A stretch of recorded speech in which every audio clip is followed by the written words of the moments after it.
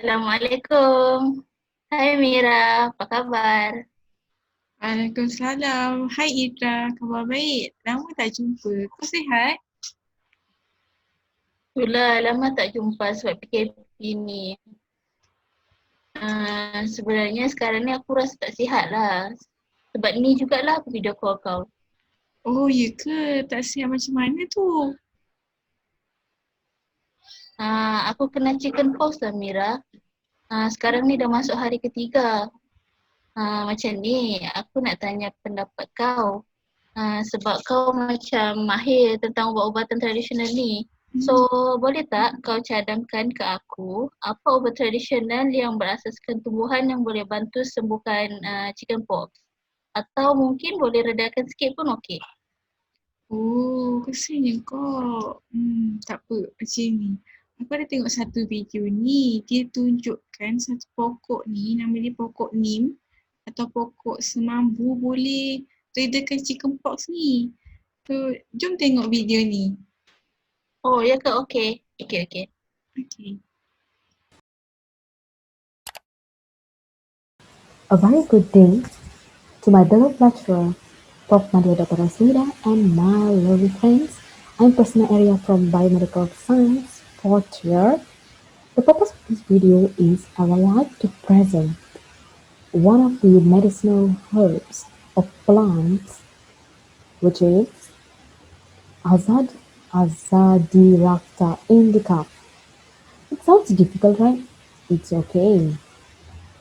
I'll let know the local names, which are Nimba olive tree, rainbow Indian neem tree, Indian lilac margosa tree, but in Tamil language we are called Vepilai. Got it? Alright, here I would like to say that this Azadirachta indica is mostly native of Indian, Pakistan, Bangladesh, Nepal, and also Asian subcontinent. Alright, actually, which part of the garden did neem plant are mainly used? The answers are, let me show you one. See, the leaves and also the twigs. This one. Okay? Alright. Then, what are the medicinal properties of this neem plant? Oh my god, there are a lot of properties in neem plant, such as anti-infection, anti-cancer, antibacterial, antiviral, anti-inflammatory, anti-carcinogenic, antioxidant, and many more. Okay, we have discussed about the parts and the properties, the medicinal properties, right? So now I want to share about the ethnomedical preparation. Before that, besides I'm presenting about this plant, I would like to share my real life experience. What is that? Alright, let me tell you about it. In 2017, I had chicken pox. When I went back to the matriculation college, and kind of had the chicken pox symptoms. I also don't know about that. The symptoms that I had was really terrible and was, oh my god, I can't remember. I can't recall it. Some of the symptoms that begin to appear 1 to 2 days before the rash include tiredness, fever, loss of appetite. Then I had the rash and red spots that turned into itchy, fluid-filled blisters that turned into scabs. The rash first shone up onto the hands, back, face, and all over the bodies, including the genital parts. It's kind of very, can't, I can't, oh my god, I don't know how to do it. It's okay. Then I went to clinic. After I went clinic, and then they gave a lotion there. At that moment, I don't know what lotion is that. The name lotion. Then I just applied on the rashes oil, but the itchiness, the pain, oh my god, still there. It's like I can't feel any benefits from the lotion. And then the third day, still the pain, fullness, and the rash, the itchiness, all like aggressive, like increasing. Then I went back to home. There, a miracle happened like that. Ding. The miracle is that, what you know, my mom, my mom applied um, make a medicinal herbs based for this chicken pox. Do you know what is that? Let me show you. Okay, how to prepare the neem paste to cure the itchiness and pain that arose from the chicken pox. Let me show the steps. So first of all, the ingredients that needed. Wow, ingredients. First of all, of course, the neem leaves. Um, Turmeric. You can see this turmeric is solely from my garden. Just only that. No. And a few drops of water. You got a thick paste.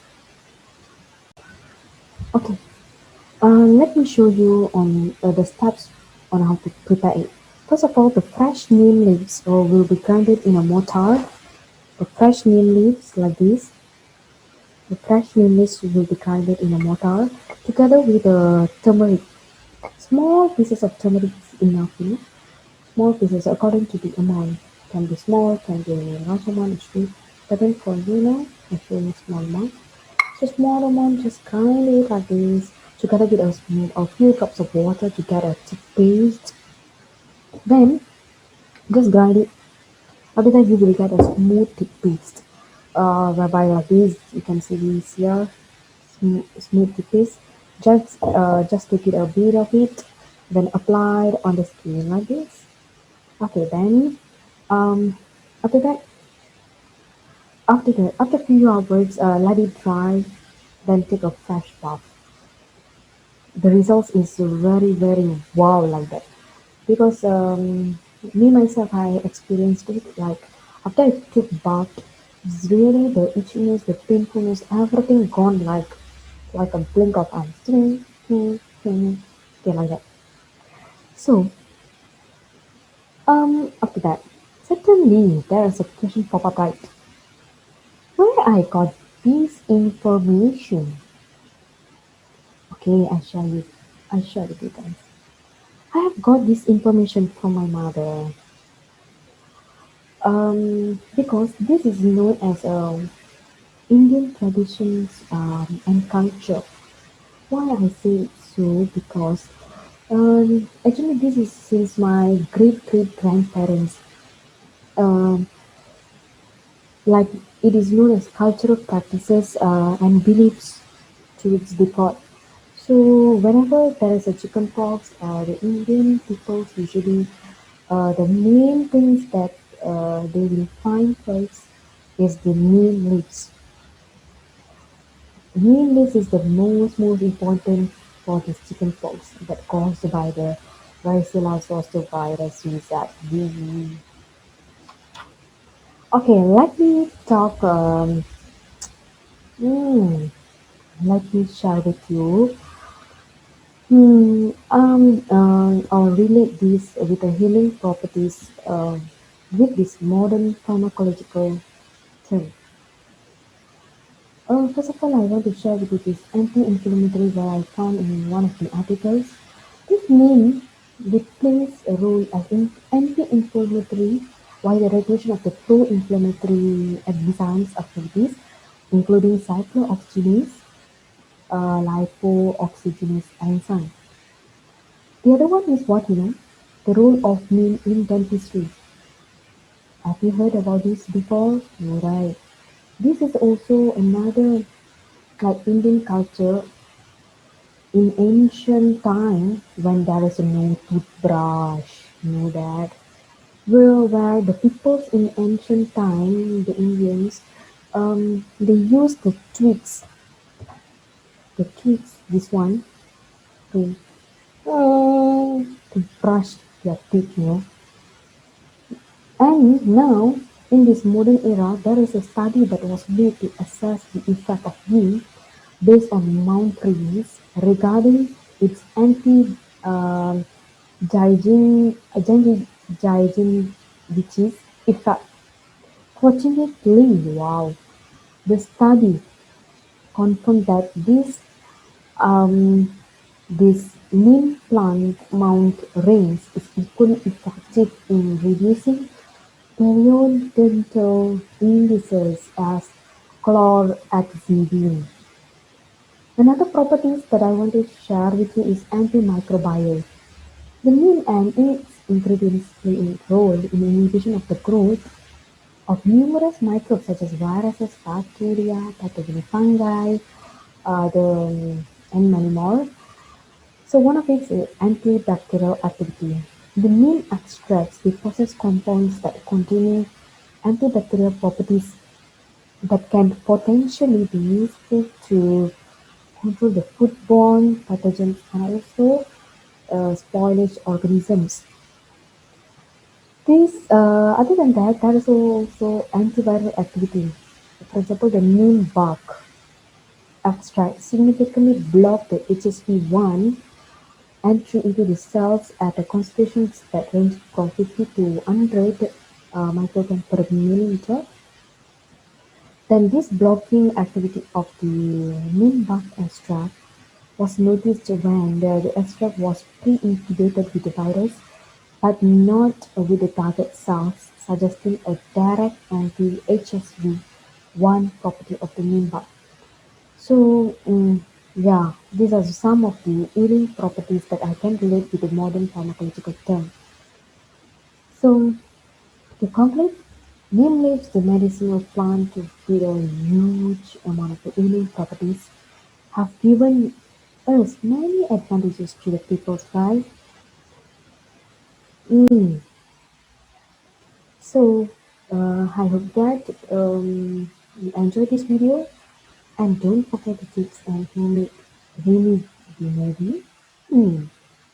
that I shared with you all on how to cure the chickenpox at home by using the neem leaves that help in fighting the varicella zoster virus due to its antiviral properties, and turmeric that are reducing the irritation and scarring.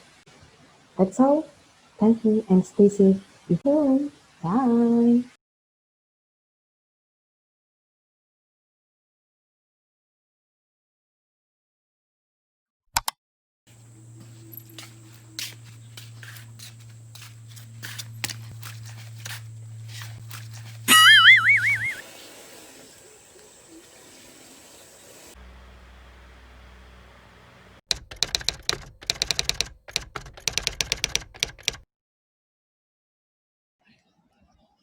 Assalamualaikum.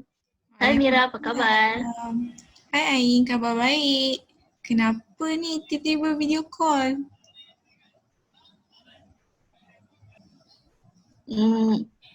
Macam ni Mira, aku baru jatuh longkang tadi. Lepas tu kaki aku luka and berdarah. Kalau boleh aku ni tak nak lah pergi klinik atau hospital sebab kan kena ada transport. Lepas tu kena tunggu giliran, kena bayar pula tu. Oh ya ke? Kesiannya kau. Lepas tu macam mana luka tu? Teruk ke? Tak adalah teruk sangat tapi luka dia agak dalam lah. Sebab tu aku video call ni untuk tanya pendapat. Mandakan kau macam lebih berpengetahuan tentang ubatan tradisional ni. Kau rasalah kan, apa ubat tradisional contoh macam tumbuhan yang boleh kau cadang ke aku untuk sembuh luka kaki ni? Oh macam tu. Aku rasa kunyit elok untuk sembuhkan luka ni, sebab aku ada tengok satu video ni, dia ada interview seorang makcik ni. Dia kata elok untuk sembuhkan luka kunyit.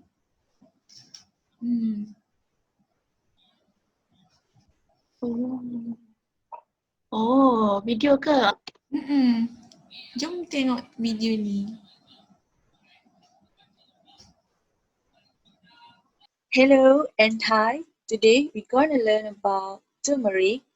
Okay, so as we all know that turmeric is a spice that widely used throughout Asia and main ingredient in curries.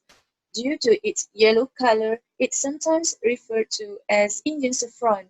So basically, it is extensively used in traditional medicine, which has raised significant interest in its health benefits. Okay, another term of turmeric is curcumin. Curcumin is the key active ingredient in turmeric. So some people might call turmeric as curcumin, but they are actually the same thing. It is just a substance in turmeric. So let's explore more into the background of turmeric. Turmeric comes from the root of Curcuma longa, a flowering plant of the ginger family. So that's why the scientific name of turmeric is Curcuma longa, while the local name is just turmeric, or in Malay we call it as kunyit. Do you know there are many benefits of turmeric for medicinal properties in terms of ethnobotanic information.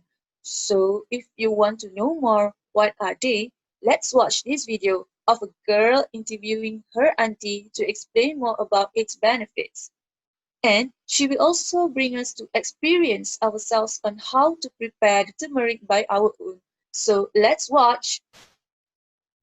Makcik, buat apa tu? Oh, Syafira, nak pergi mana tu? Tergesa-gesa je tu. Alah, makcik ni bagi pokok kunyit ni Syafira nak pergi mana tu? Tak ke mana saja, tengok-tengok makcik bercucuk tanam, rajinlah jaga pokok. Musim-musim PKP ni makcik tak pergi ke pejabat. Makcik tanamlah pokok. Pokok apa tu? Pokok kunyit. Kunyit?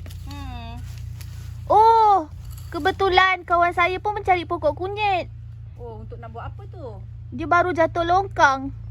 Oh. Dia kata kalau kunyit boleh sembuhkan luka cepat. Betul ke? Oh, kalau luka tu sementara nak bawa ke hospital boleh je. Marilah cuba makcik buat kan. Kunyit tu boleh kita tumbuk. Lepas tu airnya tu sapu kat kunyit dekat lutut dia tu. Balut. Senang ke makcik nak buat? Senanglah juga. Kebetulan makcik pun ada cabut tadi buah isi kunyit ni. Bolehlah kalau kita nak ubat kaki kawan adik tu. Makcik, saya nak tanya lagi boleh? Boleh. Saya nak tanya, makcik tahu tak apa nama saintifik kunyit? Kalau tak silap makcik lah, Curcuma longa. Lebih kurang macam tu lah. Curcuma longa, betul lah tu. Macam mana makcik tahu? Pandai makcik. Makcik ni, kadang-kadang makcik tu Google. Yelah kan waktu-waktu PKP ni tak ada masa makcik Google. Makcik tengoklah khasiat buah kunyit semua ni, negara mana dia asalnya. Jadi serba sedikit makcik tahulah. Apa khasiat kunyit yang makcik tahulah untuk zaman-zaman dulu? Okey, kalau ikut zaman dulu khasiat kunyit ni sebenarnya banyak. Saya nak tanya lagi, bahagian pokok kunyit ni apa yang berguna, yang boleh digunakan? Okey, pokok kunyit ni berguna daripada isi dia, batang dia ni sampailah ke pucuk daun dia ni, semua kita boleh gunakan. Semua bahagian boleh guna. Daripada isi dia, rhizome dia ni, ya. Daripada rhizome dia ni sampailah kepada daun dia untuk masakan. Okey, makcik cerita sikitlah ya pasal dia punya isi ni. Ni namanya ibu kunyit tau. Ni namanya ibu kunyit. Yang ini rhizome dia, ini yang untuk kita nak tanam semula tu yang makcik semai semula ni untuk tanam semula. Ini isi kunyit, ibu kunyit. Ibu kunyit ni gunanya terutamanya ya pada zaman dahulu diorang gunakan untuk nak kecantikan muka tau. Macam mana? Diorang blend semua ni, blend sampai halus, lepas tu campur dengan air sikit, sapu dekat muka untuk licinkan lah, untuk hilangkan jerawat lah. Dulu masa makcik muda-muda dulu pernah juga buat. Sampai sekarang dah tua ni makcik tak ada jerawat. So makcik nak cakap yang makcik ni masih lagi maintain kecantikan sampai sekarang lah walaupun usia dah berumur. Ya, umur makcik sekarang ni dah 52 tahun tapi makcik masih maintain. Sebab apa tahu? Ibu kunyit ni makcik gunakan daripada makcik anak pertama lagi. Ya.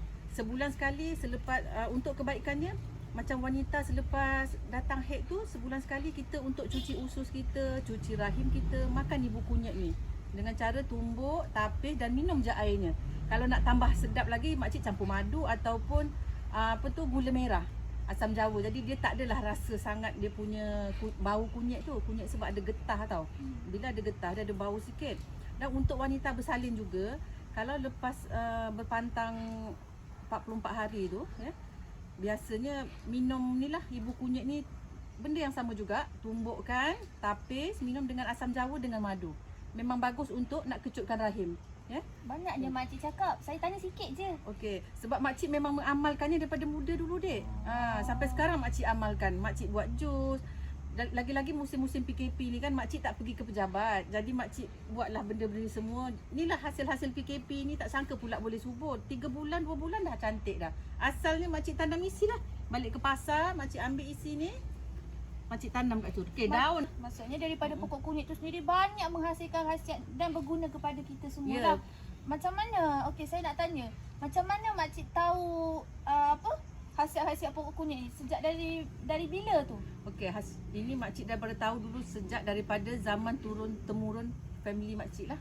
Ya, daripada nenek moyang dah menceritakan, sebab dulu tak ada ubat moden-moden zaman sekarang, pergi klinik ambil ubat kecantikan lah, suntikan lah, tak ada. Orang zaman dulu menggunakan ni lah, bahan-bahan yang kunyit dan macam campur dengan halia. Itu zaman-zaman dulu tu, sebab orang zaman dulu dia maintain kecantikannya daripada, kalau kita rajin lah menggunakan herba-herba zaman dahulu ni. Tapi sekarang ni yang makcik dengar lah ya, dah di moden kan, dan dah dicampurkan sekali dengan ubat-ubatan moden. Ya, diorang buat R&D lah, research kan. Diorang menggunakan kunyit dicampur dengan bahan-bahan lain. Macam itulah. Makcik pun sampai sekarang pun dah tua pun masih mengamalkan lagi ibu kunyit ni untuk kesihatan.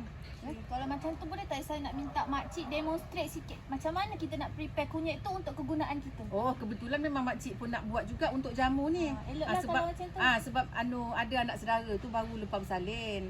Jadi dia baru habis pantang. Makcik ingat makcik nak sajalah nak bagi dia, sebab mak dia jauh kat kampung kan, kebetulan dia bekerja dekat sini. So makcik lah yang paling rapat dengan dia. Jom makcik nak buatlah ni, kebetulan ni adik datang ni, boleh lah kita tunjuk sekali buat. Seterusnya, okey, seperti yang kita boleh lihat tepi sana ada pokok kunyit yang telah kita ceritakan tadi. Sekarang ni kita akan tunjukkan, kita akan saksikan sendiri macam mana makcik untuk demonstrate untuk hasilkan barang-barang kunyit untuk khasiat. Untuk nak luka ke ni? Yang macam tadi kawan untuk tadi luka, kata. untuk sembuhkan luka. So Okey. macam mana kita nak hasilkan bahan-bahan yang sesuai untuk kita sembuhkan luka. Okey. Untuk kawan saya tadi tu. So, Senang je. Ceritakan sikit. Okay, senang je. Zaman sekarang ni semua moden. Tapi oleh kerana ini untuk emergency case ya, sementara nak bawa ke hospital. Ada 2 cara ya. Pertama sekali kita menggunakan daun dia, dan kedua kita gunakan kunyit dia. Senang saja. Dah basuh-basuh ni semua ya. Potong hiris nipis-nipis. Macam ni. Okey. Ambil isi kunyit ni. Tumbuk ya. Tumbuk. Makcik. Itulah, ambil isi kunyit ni, lepas tu ambil sikit air, sikit je ya, jangan banyak-banyak. Sikit je. Sikit je. Sikit. Okey. Mana kawan adik yang nak disapu kunyit tadi tu? Oh je. Dia tak boleh nak jalan ya? Tak boleh nak jalan. Okey, nanti adik bawa kunyit ni pergi dekat dia, makcik letak dekat sini ya, bekas kat dia. Nanti sapukan dekat tempat kunyit tu, tempat luka tu, maaf tersilap lah pula. Sapukan tempat luka tu. Sapukan tempat luka tu, lepas tu ambil kain bersih, balutkan. Ya, bila balutkan, jadi air kunyit ni nanti ni akan meresap dekat kulit dia tu tau. Okey, balutkan. Lepas tu nanti lepas 4 jam buka, bersihkan tempat luka tu, tumbuk lagi sekali, sapukan. Okey, itu yang pertama. Kalau misal kata dia tak ada isi kunyit dekat rumah tu, gunakan je lah daun kunyit ni. Cara dia senang je, dia cari-cari halus macam ni. Cari halus macam ni ya, makcik tunjuk ya. Cari halus macam ni. Potong. Hancur-hancurkan. Hancur-hancurkan. Lepas tu tumbuk. Jadi rupa dia. Macam ni rupa dia ya. Macam ni kan. Nampak tak air dia tu nanti? Air dia tu nanti ambil ni, tepek dekat luka tu. Letak dekat dab kan dekat tempat luka tu, balut. Ya, balut. Dia dua cara lah. Okey. Satu Cara boleh petak guna isi kunyit hidup tu sendiri, Ya. satu lagi guna daun. Guna mudah daun. je. Mudah aja. Lepas tu sebab ini sementara nak ke hospital tu jangan bagi kuman masuk. Ini boleh membantutkan bakteria daripada tumbuh untuk nak bagi luka tu lagi sakit tau. Okey.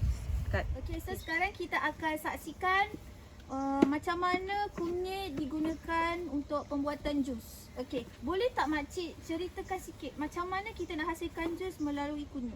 Okey, senang je. Kita dah potong-potong ni tadi, dah potong-potong semua ni, kita masukkan dekat dalam blender. Blender ya. Makcik kat rumah ni ada banyak blender untuk ada blender. Okey, masukkan blender. Lepas tu tuang air sikit. Banyak tu makcik airnya. Okay, tak apa. Okay, kita yalah bagi dia hancur ya. Bagi dia hancur semua tu, dah seret, dah hancur semua. Lepas tu kita tapis ya. Pegang kan? Adik boleh tolong pegang? Boleh makcik. Okey. Ya, kita dah blend tadi tu, kita tapis. Lepas tu kita campurlah dengan ni ya. Campurkan dengan asam jawa. Ambil sikit asam jawa ni. Ambil sikit asam jawa kat sini. Okey, contoh. Okey. Kita kacau ya. Ni gula batu. Untuk penambah perasa lah. Okey, penambah perasa. Dia ada dua cara ya. Pertama, kalau batu ni dah hancur, kita boleh terus minum. Boleh terus minum pun boleh, tapi biasa makcik akan rebus dulu. Matikan dia Bagi punya cair. bagi cair gula ni. Lepas tu inilah kejadiannya ya yang makcik buat tu. Inilah hasilnya Inilah jus hasil kunyit. jus yang kunyit. Inilah hasil jus kunyit yang makcik buat tadi tu untuk diminum. Sekarang kita dah saksikan macam mana makcik hasilkan kunyit untuk sembuhkan luka, dan tadi kita dah dapat tengok macam mana makcik hasilkan kunyit untuk menghasilkan jus untuk diminum. Okay, so sekarang kita nak tanya makcik, macam mana kita nak hasilkan serbuk kunyit itu sendiri instead of kita beli dari kat luar. Kalau kita buat sendiri, kita akan rasa puas lah, dan kita boleh dapat amount yang banyak. Tak perlu belanjakan duit untuk beli serbuk kunyit. So, boleh tak makcik ceritakan sikit dan demonstrate macam mana kita nak hasilkan serbuk kunyit itu sendiri? Okey. Mudah atau susah? Okey, mudah saja ya. Dengan cuaca yang baik ni lagi sangat mudah. Tadi kan kita dah tuai isi dia ni, lepas tu kita basuh bersih-bersih tau. Cara nak basuh dia bersih-bersih tu, ambil burus gigi ataupun burus sabut, kita dah basuh bersih, dah toskan sekejap. Lepas tu kita masukkan dekat kukus ya. Kita akan kukus dalam 30 minit ya. Kita kukus ni air dekat bawah ni dia ya. Okey, kita kukus dalam masa 30 minit. Okey, lepas boleh kita saya tanya, apa tujuan kita nak kukus kunyit tu sendiri sebenarnya? Okey, nak bagi dia aroma dia tu jadi gebu tau. Jadi isi dia jadi gebu. Dia jadi lembut lah. Dia jadi lembut Maksud lah. kita nak buang kuman-kuman Senang. yang ada dekat tanah. Ya, betul. Kan yelah kat tanah ada kuman kan. So bila kita rebus ni, kita akan matikan kuman tu semua. Okey, selepas kita rebus dah 30 minit, kita keluarkan ya. Kita keluarkan. Panas pula. Okey, kita keluarkan. Lepas kita keluarkan, kita jemur. Sorry, makcik silap. Okey, lepas kita keluarkan, kita hiris nipis-nipis ya. Kita hiris nipis-nipis macam ni. Kalau boleh nipis-nipis macam asam keping tu. Lepas tu biasa makcik letak dekat jaring tau. Jaring tu memang ada khas lah, dawai kecil tu jaring. Letak kat sini. Macam jemur ikan masin lah. Ya, jemur. Dia macam ni lah bentuk dia, kita jemur. Lepas tu bila dah biasa mengambil masa lebih kurang 7 hari lah. Tapi kalau cuaca bagus, lagi cepat kering kan. Dia akan jadi kering dan warna dia pun akan bertukar jadi coklat lah. Okey ya. Lepas lepas keringkan tu kita ambil blender kering. Okey, kita blender kering ni. Blender kering jangan campur air lagi dah ya, sebab kita nak jadikan dia serbuk. Untuk kita nak tabur atas ikan ke, masakan ke. So kita blend. Lepas kita blend tu kita ayak tapis. Okey, macam ni lah. Macam adik ni orang muda tak tahu, ini untuk tapis je. Kita nak jadikan dia serbuk ya. Bila dah kering, jadikan serbuk. Kalau boleh, lepas jadi serbuk tu, lebihan tadi tu kita blend lagi sekali. Lebihan untuk menghaluskan lagi. ya, menghaluskan lagi. Yang halus tadi biarkan halus, yang lebihan dekat sini tadi tu kita blend lagi sekali. Okey, bila kita dah blend tu sampai yang akhir tu dia akan tinggal sikit. So kita punya isi tu akan jadi banyak lah. Tepung kunyit, serbuk kunyit akan jadi banyak kat sini lah. Hasilnya. Okey, hasilnya. So bila dah jadi hasil serbuk kunyit, macam ni lah ya rupa dia. Macam ni rupa dia. Oh, ni maksudnya makcik buat sendirilah ni kunyit makcik ni. buat sendiri, makcik cuba kan. Musim PKP ni makcik tak keluar. Macam ni lah makcik buat serbuk kunyit. Macam tu. Okey makcik, soalan terakhir saya. Berdasarkan pengalaman makcik selama umur, berapa umur makcik? 52 tahun lah, okey. Macam mana makcik mengamalkan kunyit itu dalam kehidupan seharian makcik untuk manfaatkan diri makcik lah. Jadi apa tips yang boleh makcik kongsikan kepada kami mengenai kunyit? Okey, terima kasih lah tadi yang mula-mula yang makcik dengar tadi tu. Makcik nampak muda daripada usia kan. Okey, sebenarnya makcik mengamalkan daripada selepas makcik ada anak satu sehinggalah makcik anak 5 orang, makcik mengamalkan jus kunyit ni. Ya. Jus kunyit ni sebaiknya minum sebulan sekali, ya, sebulan sekali. Itu untuk dalaman dan luaran wanita. Selain daripada tu juga ia mampu melicinkan kulit. Bukan makcik nak cakap apalah, daripada dulu sampai sekarang muka makcik tak pernah tumbuh satu jerawat pun. Ya, dia pun bagus untuk sapu dekat kulit muka. Lepas tu sekarang ni pula macam contoh ya, dia mampu menghilangkan jerawat, jeragat dan untuk ni apa? Nak bagi hilangkan garis pigmentasi. Garis-garis kat muka, garis halus kat muka. Maklumlah dah umur dah separuh abad kan, mesti ada bekas-bekas parut, bekas kedutan dekat mata tu lah, muka apa semua kan. So makcik mengamalkan ni lah. Tapi sekarang ni dah dimodernkan dah dimodernkan. Makcik pergilah bercerita dengan kawan makcik tu, doktor. Dia mengesyorkan makcik ada makan ni lah untuk nak memudahkan makcik lah. Ni ni. Nama dia terasi. Ini suplemen yang dah dimodernkan. Asalnya daripada kunyit tadilah. Dia buat serbuk, dijadikan pil. Dan ini untuk ni lah ya, untuk menguatkan makcik punya apa? Joint, lutut. Sebab sebelum terkena sakit lutut, better kita berjaga-jaga kan. Macam ni. Ni sebagai contoh makcik tunjuk isi dia. Kuning kan. Ni lah. Okey, terima kasih makcik atas segala perkongsian yang diberikan. Okey, makcik ada kata-kata terakhir untuk diberikan nasihat kepada anak-anak muda supaya kita manfaatkan pokok-pokok yang terdahulu untuk kebaikan kesejahteraan kita semua. Okey, makcik tengok ya zaman sekarang anak-anak muda memang takut. Bila makcik tengok ni tadi pun Syafira pun rasa macam takut kan nak tengok kan. Sebenarnya air kunyit ni elok kita apa ni? Amalkan untuk daripada anak dara lagi. Macam jamu lah. Macam jamu lah. Dikira macam jamu lah. Macam jamu lagi. Untuk diamalkan daripada muda sehinggalah non-stop. Walaupun kita tak sakit, jangan tunggu sampai sakit. Biar kita amalkan. Harapkan semua anak-anak muda zaman sekarang explore benda ni. Banyak dekat Google. Makcik yang tua ni pun selalu Google. Okey, terima kasih makcik kerana sudi luangkan masa bersama saya. Jaga diri. Okey, sama-sama. Stay safe. Cik kata nak tambah sikit point tadi. Apa khasiat kunyit lagi? Okey, tadi lupa nak tambah sikit. Kunyit ni sangat bagus untuk wanita lepas bersalin ya, cuci darah dan kecutkan rahim dia. Ya, kecutkan rahim dan untuk kecantikan luar dan dalaman. Dia kunyit ni juga untuk menyuburkan rahim, memulihkan luka, kecutkan fibroid. Kadang-kadang ada ketumbuhan tu nama dia fibroid tu. Kalau biasa amalkan jus kunyit ni, dia akan boleh mengecutkan juga dan untuk mengelakkan daripada rahim jatuh. Rahim jatuh ni orang zaman dulu panggil elakkan tombong.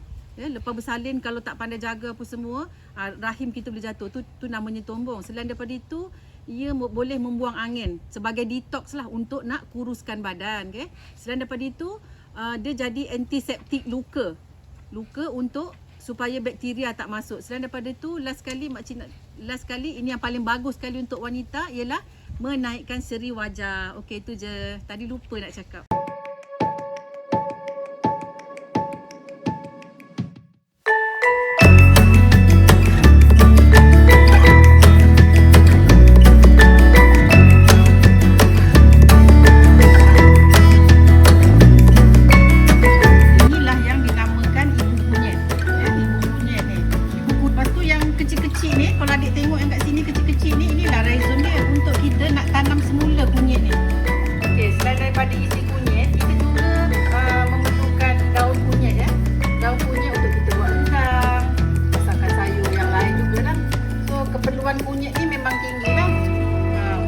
biasa masak rendang ni memang bubur daun kunyit, isi kunyit untuk beri dia perasa. Selain daripada itu juga untuk kesihatan ya. Banyaknya makcik masak hari ni. Kebetulan anak nak balik, makcik goreng lah udang kunyit ni buat sambal. Sedap dek kalau dia nak rasa, ada bumbu lah sambil makcik ni siap masak ya. Goreng udang ni dia bagi kunyit, lepas tu masuk sambal. Memang sedap lah rasanya. Selain daripada khasiat tu, rasanya sedap. Jadi hilang kunyit ni untuk hilangkan bau udang ni.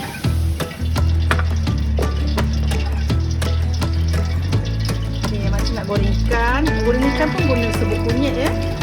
Bagi dia rasanya sedap, hilangkan bau hanyut. Lepas tu rupanya pun cantik, tak adalah pucat. Kalau ikan yang goreng itu beranak dia ikut lagi. Ini tengah hari ni dah masak rendang gunakan kunyit.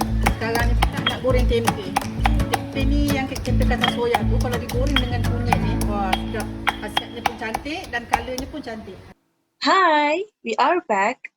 Have you done watching the video? Interesting, right? So now my turn to share with you guys what are actually the hidden properties that turmeric could give us in terms of pharmacological agent.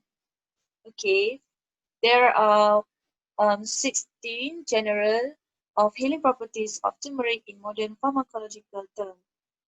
As we can see, anti-inflammatory, antiviral, antioxidant in cancer, antibacterial, anti-allergy, antifungal, anti-arthritis, eye disease, depression and anxiety, anti-Alzheimer, wound healing activity, cardio and liver toxicity, protection activity, anti-venom, anti-diabetic, and anti-obesity.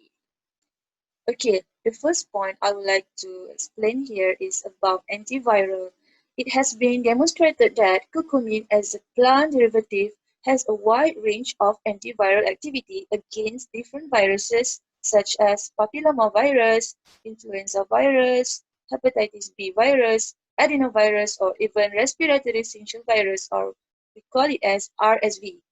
So, for example, curcumin will prevent RSV from infecting the host cells by inactivating the virus directly and inhibit the viral attachment, which possess the prophylactic and therapeutic effect towards the virus.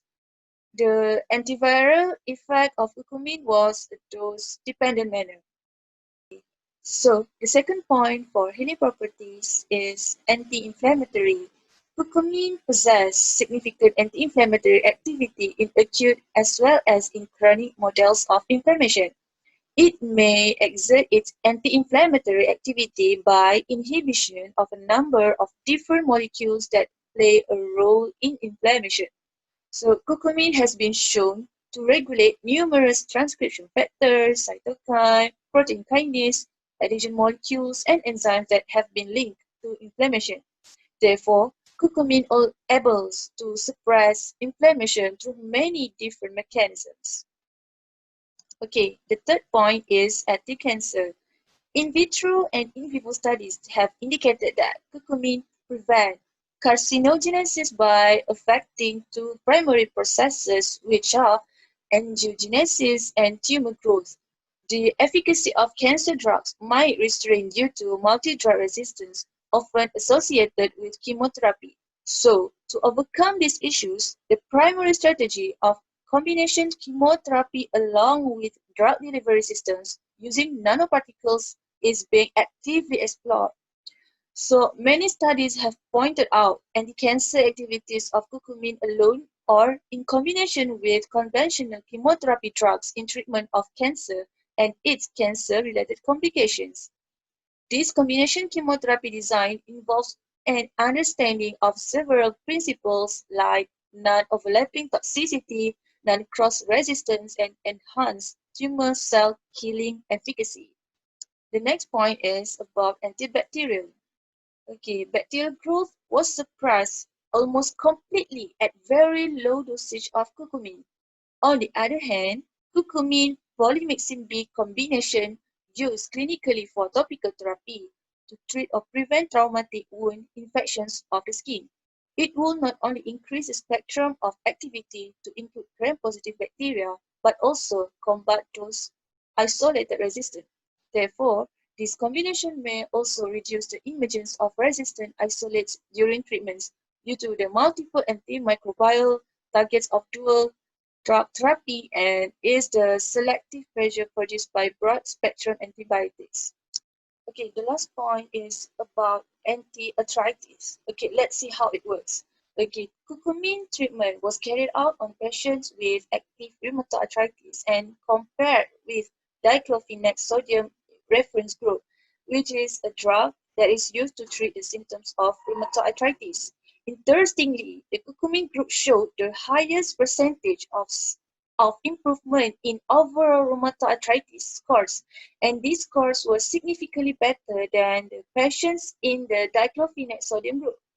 More importantly, curcumin group was found to be safe and did not relate with any adverse events compared to diclofenac sodium group. Therefore, it is believed that curcumin properties have shared in the improvement of symptoms to patients that suffer from rheumatoid arthritis.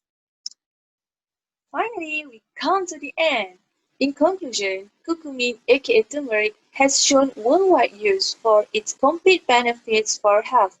So we have to appreciate and harness this plant as the health promoting effects of curcumin are well recognized and widely used in traditional medicine since ancient times. Like Ayurveda, in which the base preparation of curcumin are very popular in disease management due to its non-toxic and fewer side effect properties.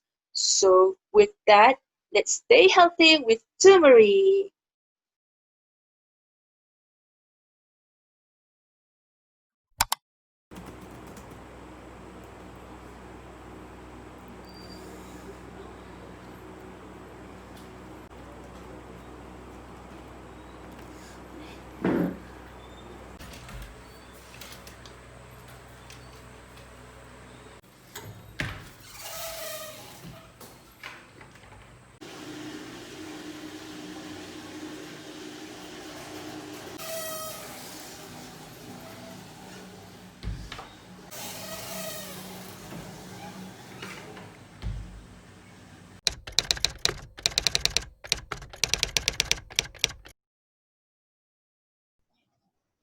Assalamualaikum. Hai Mira, kau tengah buat apa tu? Waalaikumsalam. Hai ni tak ada lah, tengah buat assignment ni. Kenapa? Oh ya kah, maaf mengganggu. Weh, tak apa, tak mengganggu pun. Kenapa? Macam ni. Sebenarnya aku nak tanya pendapat kau tentang ubat-ubatan tradisional yang boleh sembuhkan atau redakan sakit perut. Oh, kenapa kau tengah sakit perut ke sekarang? Macam mana boleh sakit perut? Ya weh, aku sakit perut dari tadi pagi lagi. Tak tahulah berapa kali dah aku masuk tandas tapi tak buang air besar pun.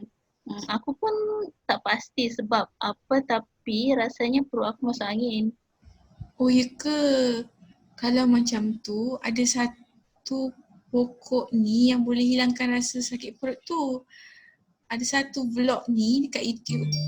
Dia tunjuk cara macam mana boleh hilangkan pakai daun kari. Jom. Oh, faham? Okey, Ha. okey.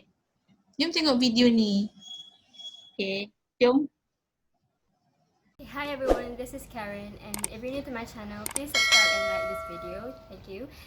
So for this week's vlog, I tried something very different from my previous vlogs. This is something that I came across a very interesting topic, which is traditional medicine used in like my culture. So this is a curry leaves for those of you who don't have one in your house, which I guess if my viewers are Asian, you probably have one. Okay, so these are the leaves, and I found some very interesting use for this leaf, so I'm going to interview a person who knows more about this leaf.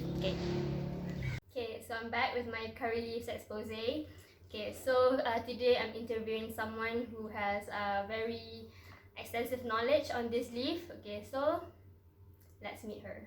Have her introduce herself. Okay, so this interview is just going to be in Bahasa Melayu. Okay, sila perkenalkan diri anda. Baik, saya Puan Fiza. Okay, saya gurulah mengajar di sekolah menengah. Berasal daripada Melaka. Okay. Boleh ceritakan experience anda dengan curry leaves ni? Baik, ini daun kari kita tengok. Okey. Okay, yang ini yang muda, yang ini yang dah tua lah. Baik, biasanya kami menggunakan daun kari ni, saya gunakan daun kari ni dalam masakan, terutamanya kari dan juga gorengan-gorengan yang berasaskan daging atau ayam lah. Okay, sebab aroma dia yang menarik, so saya masukkan daun kari ni. So I researched about this curry leaves, and it seems that it has some medicinal properties that especially Malay people or people who are native and plant this in their front yard, they have some medicinal use for it. So can you tell me more about that? Baik, daun kari ni yang kita tahu dia adalah kaya dengan antioksidan. Okay, so dia juga boleh mengubati orang yang kembung perut sebab angin, masalah angin. So dia akan bila kita makan daun kari ni, dia akan buang angin lah. Dan dia juga boleh sebab rasa dia yang lazat ni, kita boleh buat sebagai ulam. Okay, dan kita percaya bahawa dia mengandungi kalsium yang tinggi, so boleh menguatkan tulang gigi kita. Okay, so how do you use it? Like, how can you get the benefits daripada curry leaves ni? Okay, kalau macam masalah kembung perut ataupun sebab apa ni, loya kan, muntah-muntah tu, kita makan dia secara raw lah yang bagusnya. Macam ni, pucuk ni kita jadikan macam ulam. Okay, jadi kalau macam yang kalau cerit berit pula, okay, kita jadikan dia paste. Kita jadikan dia paste ataupun kita buat jus. Okay, itulah. Dan kalau satu lagi, kita boleh juga kalau nak apa ni, macam susah kan rasa nak makan macam tu je raw, untuk kita boleh masukkan dalam kari ataupun kita goreng macam dalam ayam goreng berempah tu. So rasa kalau budak-budak muda ataupun kanak-kanak, dia lebih suka macam tu lah daripada makan raw. Okay, terima kasih Puan Fiza for that very extensive and informative explanation on the curry leaves. So we know that curry leaves have many benefits. So in terms of modern ethnobotanical relation with the modern pharmaceutical pharmacology use, so we can explore more about that on another video that I will make later. From our interview, we know that the ethnobotanical use for this country is for anti-emetic, anti-nausea, for gas relieving, and then for I think it's she said it was rich in calcium as well, so for strong teeth and bones. Okay, so we'll conclude that here, and I'll tell you more about the scientific side of these leaves later on. Hey guys, I'm back from the interview earlier, so I want to share more about this daun kari, the local name for curry leaves, daun kari here in Malaysia. Its scientific name is Moria cornegi, and it originates from mainly India, Sri Lanka, and other South Asian country.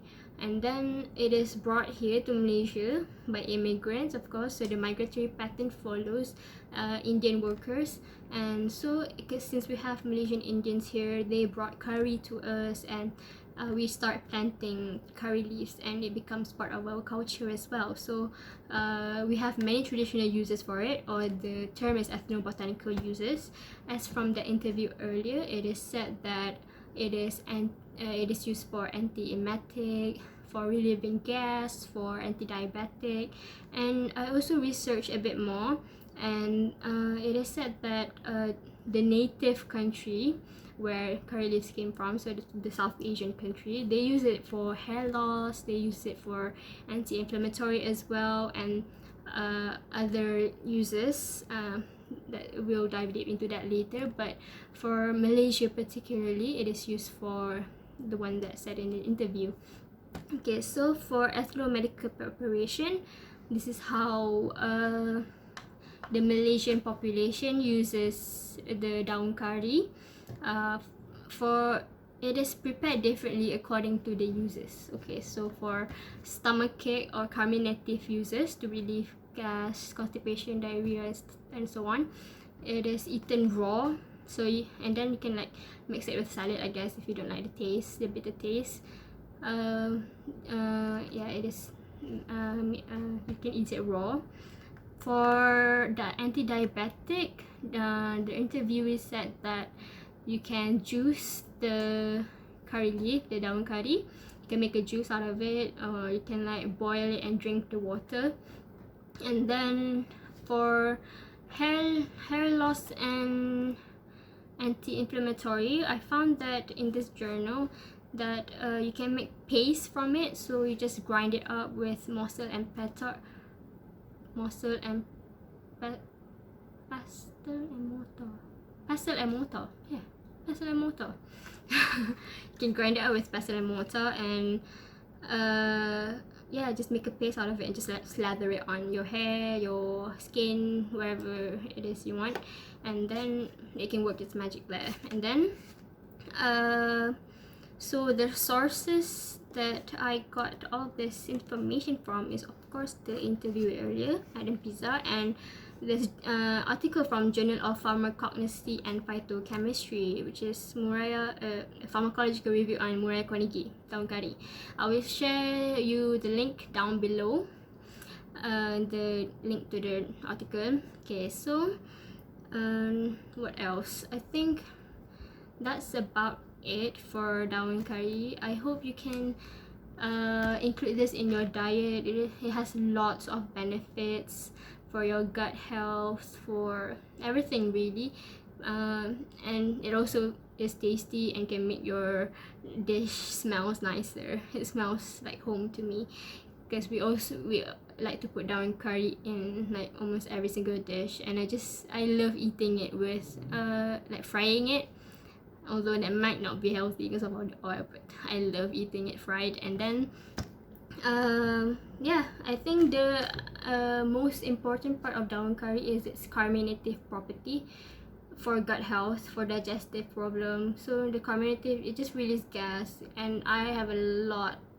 problem with gastritis, and I have lots of gas in my stomach, something, and daun curry obviously relieves that. So I end on that note. Thank you for watching, everyone.